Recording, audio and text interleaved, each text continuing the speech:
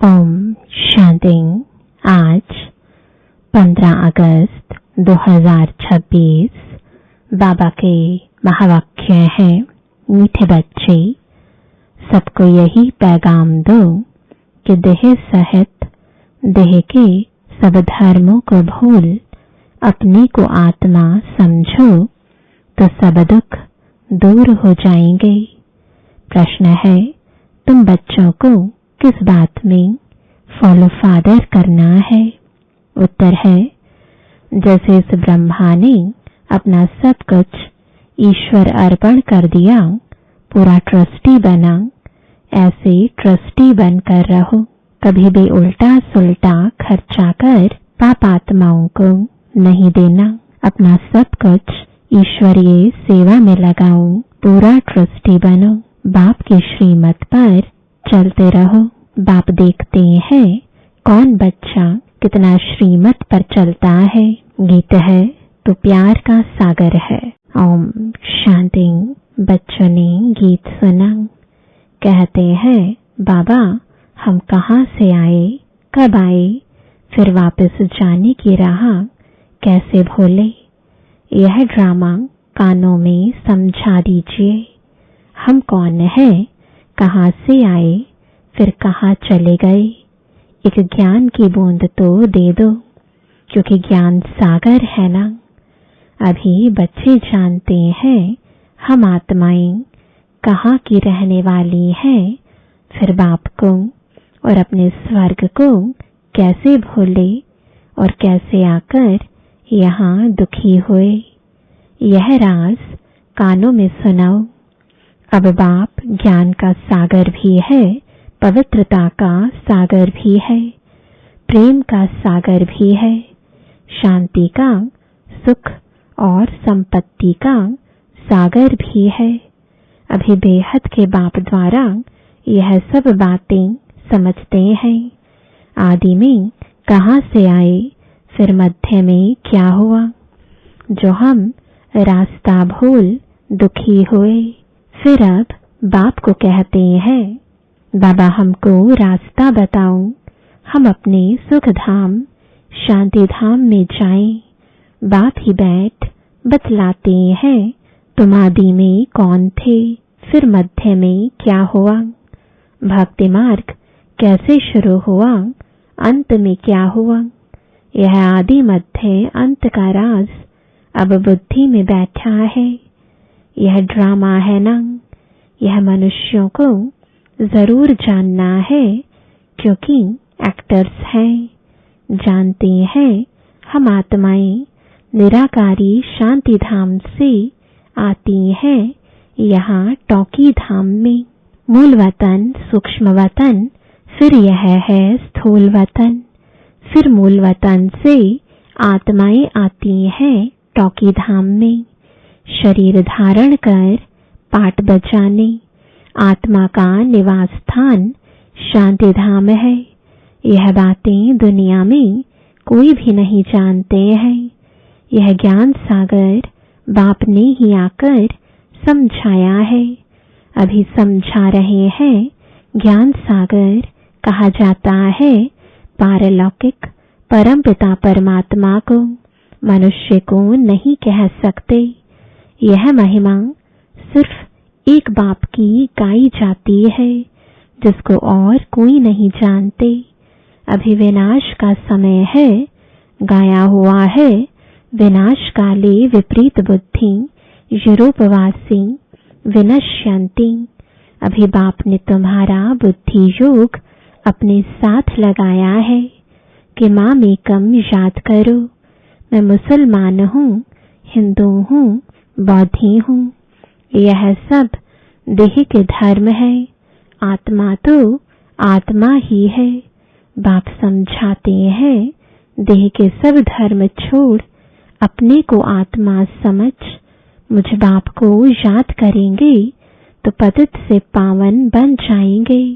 बाप कहते हैं, इस देह को भी भूलो। यह सब के लिए बाप का पैगाम है। देह सहित देह के जो संबंध है सबको भूलो। मैं आत्मा हूँ, हम सब ब्रदर्स का बाप एक है। यह ब्रह्मा भी कहेंगे हम आत्मा है, तो सब भाई भाई हो गए। इस समय सब भाई भाई पतित दुखी हैं, सब काम चिता पर चढ़ भस्म हो पड़े हैं। जब द्वापर के आदि में रावण राज्य शुरू होता है तो फिर तुम वाम मार्ग में जाते हो, तभी फिर और धर्म शुरू होते हैं। आधा समय तुम पवित्र रहते हो, फिर आधा में तुम पतित बनते हो। 21 जन्म भारत में ही गाए जाते हैं। कुमारी वह जो 21 कुल का उद्धार करे, कुमारी का मान है।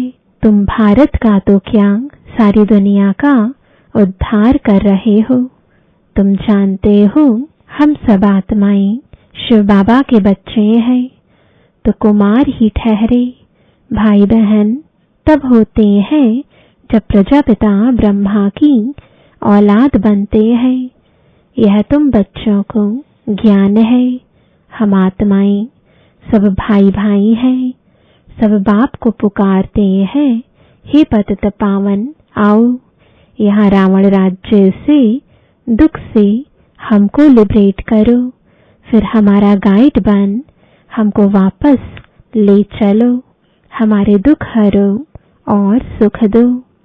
अभी तुम समझते हो बरोबर बाबा आया हुआ है हमको इस कलयुगी रावण राज्य से छुड़ाए साथ ले चलेंगे। बाप जानते हैं सभी आत्माएं पतित हैं, इसलिए शरीर भी पतित है। आत्मा को ही पावन बनाकर ले जाते हैं निर्वाण धाम में। पास्ट से प्रेजेंट, फिर फ्यूचर होगा। आदि मध्य अंत, फिर आदि, सतयुग आदि, कलयुग अंत, फिर फ्यूचर होगा सतयुग। यह तो सहज है ना। अच्छा बीच में क्या हुआ, हम कैसे गिरे। हम पावन देवता थे, फिर पावन से पतित कैसे बने। अभी तुम समझते हो। बाप समझाते हैं जब रावण राज्य शुरू होता है तब तुम पतित बनते हो। अब फिर तुमको भविष्य देवता बनाने आया हूँ। इसमें डिफिकल्टी की कोई बात नहीं। बाप कहते हैं तुमको इस विषय सागर से पार ले जाते हैं। गाते भी हैं नैया मेरी पार लगाओ। सभी पुकारते हैं एक बाप को, हमारी नैया जो डूबी हुई है उनको क्षीर सागर में ले चलो। उनको खेवैया बागवान भी कहते हैं। अभी कांटों के जंगल में पड़े हैं, हमको फिर फूलों के बगीचे में ले चलो। देवताएं फूल है ना, अभी सब हैं कांटे, एक दो को दुख ही देते रहते हैं। देवता कभी किसको दुख नहीं देते, वहां तो सुख ही सुख है। वह तो सिर्फ गाते हैं, तुम यहाँ प्रैक्टिकल सुन रहे हो। कहते हैं ना बाबा हम कहाँ से भूले, इस सृष्टि चक्र को हम कैसे भूले। सतयुग त्रेता में यह नहीं जानते, क्योंकि वहां तो हम सुखी थे। फिर दुखी कब हुए, जब रावण राज्य शुरू हुआ। भारतवासी रावण को जलाते ही रहते हैं जब तक उनका विनाश नहीं हुआ है। फिर सतयुग में थोड़े ही हर वर्ष जलाएंगे। यह है भक्ति मार्ग। अभी रावण का राज्य खलास होना है। भक्ति मार्ग में रावण को हर वर्ष जलाते हैं, परंतु मरता ही नहीं है। अभी रावण तुम्हारे आगे जैसे मर गया। तुम जानते हो रावण राज्य अब खत्म होना है। 5 भूतों का सिर काटा जाता है। पहले पहले काम के सिर को काटते हो, काम ही महाशत्रु है। बाप कहते हैं इन 5 भूतों पर विजय पाने से ही तुम विश्व पर जीत पाएंगे। मनुष्य खुद भी कहते हैं हम पतित हैं, इसलिए बुलाते हैं पतितों को पावन बनाने। आओ, आत्मा बुलाती है, हे पतित पावन, हे बाबा खिवैया, रहम दिल बाबा आओ। बाप कहते हैं मैं कल्प कल्प आता हूँ। कैसे आता हूँ यह कोई नहीं जानते। गीता में भी है भगवान ने आकर राजयोग सिखाया है, परंतु भगवान कौन है, कब आया, यह किसको पता नहीं है। गीता को तो खंडन कर दिया है। श्री कृष्ण को द्वापर में ले गए हैं। द्वापर के बाद तो दुनिया और ही पतित होती है। तो द्वापर में श्री कृष्ण ने आकर क्या किया? मनुष्य तो कुछ भी समझते नहीं, बिल्कुल ही अनराइटियस है। सतयुग में होते हैं राइटियस। तुम अभी अनराइटियस से राइटियस बनते हो। बाप समझाते हैं तुम ही संपूर्ण निर्विकारी पूज्य थे, तुम ही अब विकारी पुजारी बने हो। सतयुग में 8 जन्म, फिर त्रेता में 12 जन्म लेते हो। बाप ही बतलाते हैं तुम पतित कैसे बने हो, कब से गिरे हो। यह सृष्टि का चक्र फिरता रहता है। सारे वर्ल्ड की हिस्ट्री, ज्योग्राफी, आदि मध्य अंत का राज बच्चों को बाप बैठ समझाते हैं। सब एक रस तो नहीं समझेंगे, नंबरवार ही समझते हैं। बाप कहते हैं मैं आकर किंगडम स्थापन करता हूँ। अब तुमको सर्वगुण संपन्न बनना है, तब तक सतयुग में जा नहीं सकते। बनना यहाँ है, फिर भविष्य में जाकर तुम राज्य करेंगे। उसके बीच में सब विनाश हो जाएगा। विनाश भी देखेंगे जरूर। तुम प्रैक्टिकल में अपना पार्ट बजाएंगे। तुमको थोड़े ही पता है आगे क्या होगा। जो कल्प पहले हुआ होगा वही होगा। तुमको टोटल बताया जाता है। स्थापना और विनाश होना है। विनाश कैसे होगा वह तो जब होगा तब देखेंगे। दिव्य दृष्टि से विनाश तो देखा है, आगे चल प्रैक्टिकल भी देखेंगे। स्थापना का भी साक्षात्कार दिव्य दृष्टि से किया है और प्रैक्टिकल में देखेंगे। बाकी जास्ती ध्यान में जाना भी ठीक नहीं है। फिर वैकुंठ में जाकर डांस करने लग पड़ते हैं। न ज्ञान न योग, दोनों से वंचित हो जाते हैं। ध्यान में जाने की कोई दरकार नहीं। यह तो भोग सिर्फ लगाया जाता है। तुम ब्राह्मण वहां जाते हो, देवताओं और ब्राह्मणों की महफिल लगती है। यहाँ तुम पियर घर में बैठे हो, फिर तुमको लायक बनाया जाता है विष्णुपुरी जाने के लिए। कन्या की जब सगाई करते हैं तो उनको समझाया जाता है ससुर घर में कैसे चलना, सबसे प्यार से चलना, झगड़ा नहीं करना। यह भी हूबहू ऐसे है। बाप कहते हैं तुमको सर्वगुण संपन्न, 16 कला संपूर्ण यहाँ बनना है। स्वर्ग में यह लड़ाई झगड़े आदि होते नहीं। अभी तुम विष्णुपुरी ससुर घर जाते हो। वहां है महान वैष्णव। उन जैसे वैष्णव सृष्टि पर होते नहीं। वैष्णव देवताएं विकार में थोड़े ही जाते हैं। विकार है हिंसा। कहा जाता है अहिंसा परमो देवी देवता धर्म। अभी तुम जानते हो हम पियर घर में बैठे हैं। अभी हमको विष्णुपुरी में जाना है। जानते हो वहां बहुत सुख होता है। शादी के पहले कन्या फटा हुआ कपड़ा पहनती है जिसको वनवाह कहते हैं। तुम्हारे पास भी अभी क्या है? कुछ भी नहीं। यह तो ठिक्कर बेहतर है। यहाँ तुमको कोई भी जेवर आदि पहनने की दरकार नहीं, परंतु कहते हैं गृहस्थ में रहना है, शादी आदि में जाना पड़ता है, तो जेवर आदि भी भल पहनो, मना नहीं है। नहीं तो कहेंगे विधवा जेवर नहीं पहनती है, नाम बदनाम होगा। तब बाबा कहते हैं नाम बदनाम नहीं करना है।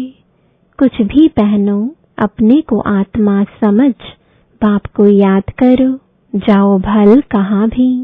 यह मंत्र याद रखो, यह परीक्षा लो। हम याद में रहते हैं, यहाँ हम जाते हैं बाबा के डायरेक्शन से। उनके साथ भी तोड़ निभाना है, परंतु हथ कारडे दिल यारडे, तो समझेंगे यह मजबूत है। जेवर आदि पहन शादी में भल जाओ, इकट्ठे रहो, लेकिन महावीर बनना है। सन्यासियों का भी दिखाते हैं ना, गुरु ने वैश्या पास भेज दिया, सर्प के पास भेज दिया। जो बहादुरी से पास हो दिखाते हैं उनको महावीर कहा जाता है। बाप की याद में रहेंगे तो फिर कोई कर्म इंद्रियों से चंचलता नहीं होगी। बाप को भूले तो कर्म इंद्रियां चंचल होंगी। विश्व के तुम मालिक बनते हो, यह कम बात है क्या? सन्यासी इन बातों को बिल्कुल नहीं जानते। शास्त्रों में भल कुछ बातें हैं, परंतु खंडन कर दिया है। भगवान वाच, मैं तुमको राजयोग सिखाता हूँ। जब तक जीते रहेंगे ज्ञान अमृत पीते रहेंगे, सुनते रहेंगे। राजधानी स्थापन हो जाएगी। बच्चों को घड़ी घड़ी शिक्षा दी जाती है।